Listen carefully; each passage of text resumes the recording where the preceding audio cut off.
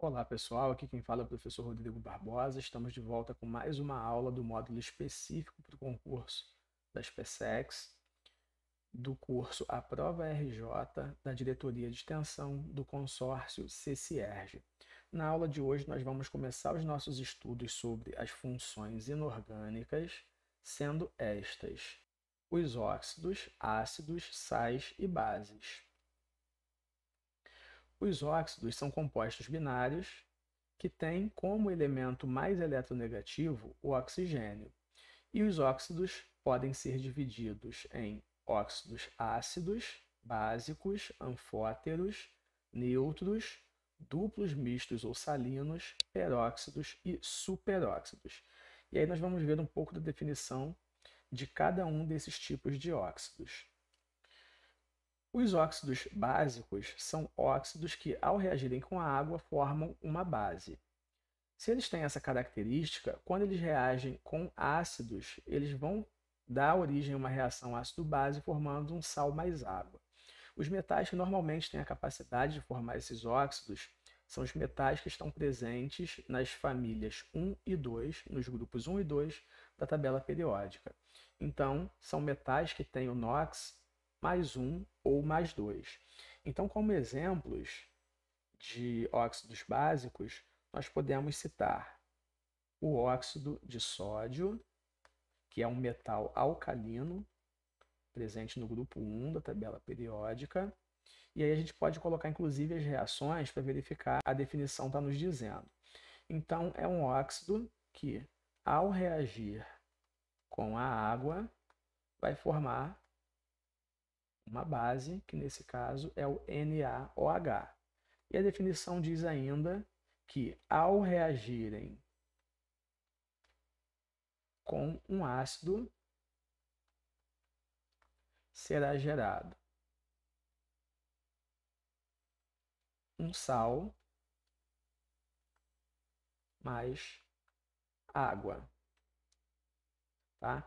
Então, isso vai acontecer para os metais, né, para os outros metais do grupo 1 da tabela periódica, assim como metais do grupo 2, que formam, por exemplo, o óxido de cálcio, o óxido de magnésio, que também tem essa capacidade de reagir com água para formar base e de reagir com ácido para formar um sal mais água. Já os óxidos ácidos são o oposto. Eles podem ser chamados também de anidridos, tá? E a definição deles é que são óxidos que, ao reagirem com água, formam um ácido. E se eles formam um ácido ao reagir com a água, significa que se eles reagirem com uma base, eles também vão realizar uma reação ácido-base, formando sal mais água.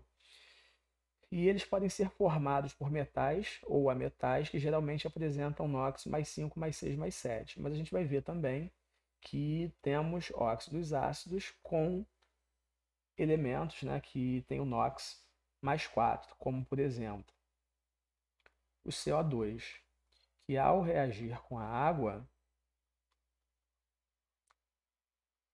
vai formar o nosso ácido carbônico. Podemos usar como exemplo ainda o SO3, que ao reagir com a água vai formar o H2SO4, que são compostos, né, que são capazes de doar H+. Então, esses dois compostos que esses óxidos formaram, H2CO3 e H2SO4, são, respectivamente, os ácidos carbônico e sulfúrico. E seguindo o que nos diz o enunciado, podemos ainda reagir um desses óxidos, como o CO2, com uma base forte para formar sal mais água, que nesse caso vai ser o Na2CO3, que é o carbonato de sódio, mais água. Tá? Então a gente tem aqui a ocorrência também de uma reação ácido-base. Os óxidos anfóteros são óxidos que reagem tanto com ácidos quanto com bases para gerar sal e água. Em geral, são sólidos iônicos insolúveis formados por metais que apresentam NOx mais 3 e mais 4. E a gente tem que tomar cuidado, né, que a gente viu no slide anterior, os óxidos ácidos, onde temos elementos, né, que não são metais nos casos que a gente usou, mas elementos com NOx mais 4. Tá? Então não tomem como regra o NOx, mas lembrem-se de diferenciar se vocês estão lidando com metais ou com ametais. Tá? Então a gente vai ver algumas reações aqui, como por exemplo, o óxido de zinco, que ao reagir com um ácido, dará origem a um sal, ZnCl2 mais água. E esse mesmo óxido é capaz de reagir com uma base forte, dando origem a um sal, Na2ZnO2 mais água. Então, estes são os óxidos, né? Esse é um exemplo de um óxido que é capaz de reagir, de se comportar tanto como ácido quanto como base. E o que é que vai dizer para a gente se ele vai se comportar como um ácido ou como uma base? Depende do meio em que ele vai estar, tá? Então, esses óxidos são compostos que, uma vez em presença de ácidos fortes, se comportam como bases. E, uma vez em presença de bases fortes, se comportam como ácidos, tá? Outros exemplos são o chumbo mais 2 e o estanho mais 2. Já os óxidos neutros são óxidos que não reagem nem com água, nem com ácidos e nem com bases. Os principais óxidos neutros são o monóxido de carbono, o óxido nitroso, N2O, e o óxido nítrico, NO. Os óxidos duplos, também conhecidos como mistos ou salinos, são óxidos que se apresentam como se fossem formados por dois outros óxidos de um mesmo metal. E dois exemplos desses óxidos são o Fe3O4 e o Pb3O4. Então, como exemplo da formação do Fe3O4, a gente pode colocar a reação do óxido férrico mais o óxido ferroso, dando origem ao Fe3O4, tá? E é por isso que esse enunciado diz, né, que é como se fossem formados por dois outros óxidos. Então a gente tem aqui o óxido férrico, né, que é o óxido do ferro mais 3, junto com o óxido do ferro mais 2, dando origem ao Fe3O4. Peróxidos. Os peróxidos são os óxidos em que o NOx do oxigênio é igual a -1. Em geral, são formados por metais alcalino e alcalino terrosos, além do hidrogênio. Tá? Então, um bom exemplo é a nossa famosa água oxigenada, né? Conhecida comercialmente como água oxigenada, ou peróxido de hidrogênio, tá, pessoal? Na prova de vocês, nome correto, peróxido de hidrogênio. É bom vocês darem uma olhada na aula que a gente tem gravada também sobre NOx, tá? Cálculos de NOx, porque isso vai ser muito importante tanto para a determinação dessas funções, mas também quando a gente chegar em nomenclatura, vocês vão precisar bastante calcular NOx, tá? Então, se a gente for fazer o cálculo aqui de NOx, a gente sabe que o hidrogênio é mais 1, a gente tem 2 hidrogênios, então vou botar aqui vezes 2, tá? Dá mais 2. E a gente sabe que a nossa molécula é neutra, então essa parte do oxigênio tem que dar -2. Se temos 2 oxigênios e a soma tem que dar -2, significa que cada oxigênio desse é -1 também vezes 2. Tá? Então vai dar aqui mais 2 e aqui -2 para a molécula ser neutra. Então a gente está confirmando esse caso que o enunciado diz para a gente, tá? Que são moléculas em que o NOx do oxigênio é igual a -1. Então, o melhor exemplo, peróxido de hidrogênio. E aí, por fim, O último tipo de óxido que a gente vai ver são os superóxidos, tá? Que são óxidos em que o nóxido do oxigênio é igual a -meio. E aí temos aqui alguns exemplos, né? Os mais comuns são K2O4, Na2O4, CaO4, MgO4 e SrO4. Então a gente vê que todos são óxidos de metais alcalino ou alcalino terrosos. Por isso eles são chamados de superóxidos básicos, tá? Se a gente for fazer um cálculo aqui, só como exemplo, para um deles, vamos pegar o superóxido de potássio, K2O4, e fazer a mesma continha que a gente fez no slide anterior, tá? O potássio, metal alcalino, grupo 1 da tabela periódica, a gente sabe que o NOx dele é fixo mais 1 vezes 2, porque são 2 potássios, e essa parte aqui do oxigênio tem que dar -2.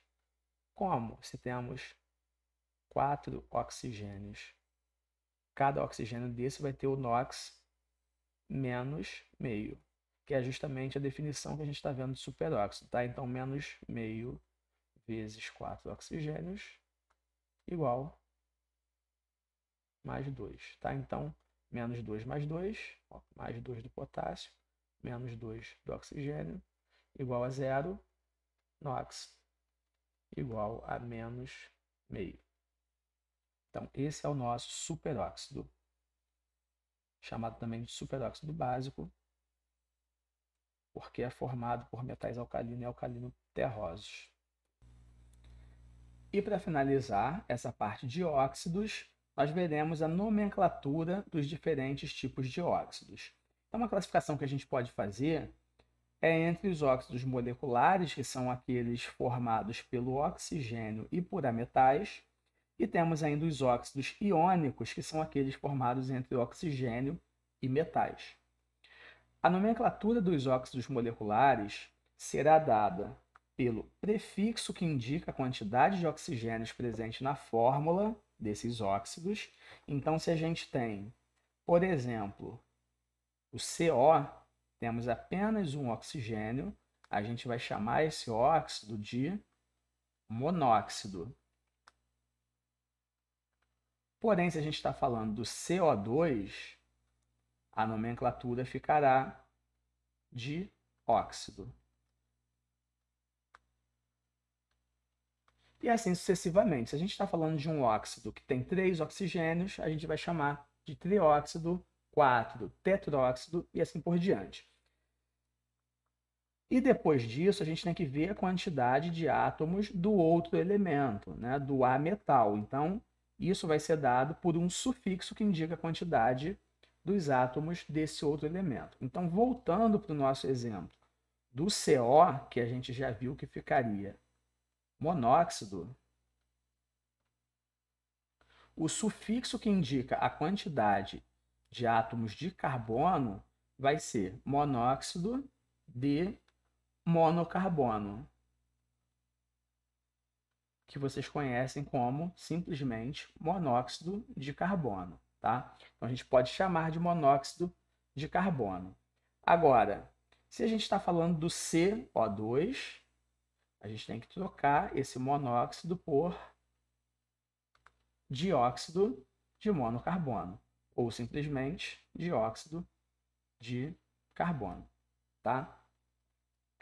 Já para os óxidos iônicos, que são aqueles formados pelo oxigênio e por metais, essa nomenclatura que a gente viu para os óxidos moleculares, ela também pode ser aplicada, tá? Então a gente pode indicar um prefixo que indica a quantidade de oxigênios, seguido de um sufixo, né?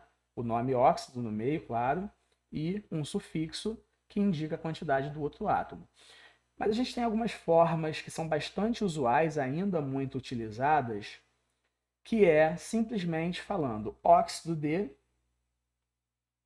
mais o nome do elemento, tá? Então, se a gente tem óxidos de metais cujo NOx não varia, por exemplo, os óxidos dos metais dos grupos 1 e 2 da tabela periódica, né, que são os metais alcalinos e os metais alcalinos terrosos, nós temos Na2O. A gente pode chamar isso aqui simplesmente de óxido de sódio. Ou se a gente tem o CaO, que é um metal alcalino terroso, a gente pode chamar simplesmente de óxido de cálcio. Porque os NOx desses elementos, sódio e cálcio, não varia, tá? Agora, se a gente tem um óxido cujo metal apresenta diferentes NOx, como é o caso do óxido de ferro, onde a gente pode ter o FeO e a gente pode ter o Fe2O3, tá? Se a gente for calcular o NOx para esses átomos, a gente vai ver que o ferro, aqui no caso do FeO, apresenta o NOx mais 2, e no caso do Fe2O3, apresenta o NOx mais 3, tá? Então, a gente tem uma outra possibilidade, que é o que está aqui, ó, onde a gente vai usar esses sufixos. Então, a gente usa o sufixo oso para os casos onde o elemento apresenta o menor NOx, tá? E o sufixo ico, onde ele apresenta o maior NOx. E aí, como é que ficaria isso? Da mesma forma, né, a parte inicial ficaria óxido, o nome do elemento, ferro, seguido do sufixo oso, ferroso. E no caso do óxido, que apresenta, onde que o ferro apresenta o NOx mais 3, ficaria óxido, mais o nome do elemento, né? Ferro. Só que o final é ico, tá? Então a gente vai tirar esse O e vai colocar o sufixo ico. E aí coloca um acento aqui, né? Porque senão ficaria ferrico, né? E aí o nome certo é férrico, tá? E a gente tem ainda uma outra possibilidade aqui embaixo para a nomenclatura desses óxidos cujo metal apresenta mais de um NOx, que é o seguinte: representar o estado de oxidação através da utilização de números romanos, né, para indicar esse estado de oxidação. Então, esse óxido ferroso seria a mesma coisa que a gente escrever óxido de ferro. Qual ferro? Ferro 3. Aliás, nesse óxido de ferro, qual ferro? Ferro 2. Tá? Então, é a mesma coisa o óxido ferroso e o óxido de ferro 2. E aqui no óxido férrico, seria a mesma coisa a gente escrever óxido de ferro 3. Então, recapitulando para finalizar. Nomenclatura de óxidos moleculares. A gente usa o prefixo que indica a quantidade de oxigênios, seguido do nome óxido, mais um sufixo que indica a quantidade do outro átomo que forma o óxido. Lembrando que essa nomenclatura também pode ser usada para os óxidos iônicos. Só que para os óxidos iônicos, a gente tem essa possibilidade de variação do NOx, do outro átomo ligado ao oxigênio. Então, a gente tem essas duas formas de representar essa nomenclatura, usando oso para o menor, né, o sufixo oso, para o óxido cujo metal apresenta o menor NOx, e o sufixo ico para representar, para dar o nome, né, ao óxido que apresenta o maior NOx. E uma segunda possibilidade para indicar esse estado de oxidação é usando óxido mais o nome do elemento seguido do algarismo romano, né, do número romano que representa o estado de oxidação desse metal.